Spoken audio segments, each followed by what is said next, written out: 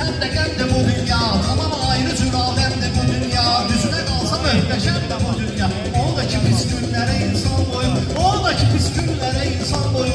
Sen de bu pis hallara derman koyup, kayıp düşün meyhaneden can koyup, kayıp düşün sen etsin can koyup. Əvvəli zor başlamışıq sona görə, ritmi də yədim tutarıq tona görə.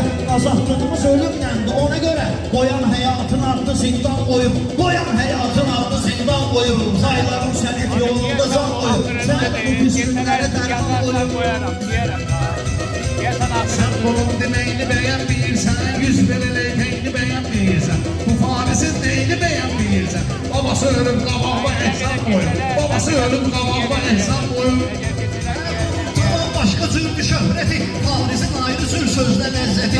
Edesi var ki bir qəpiydi qiymeti, ama gel ki kapsına ahram koyun, ama gel ki kapsına ahram koyun. Ben de gelin meyhananın bazıyam, necə deyərlər söhbəti ben razıyam. Ben bu Paris kardeşimden razıyam. Başka balıcı üstüme yorgan koyun, başka balıcı üstüme yorgan koyun.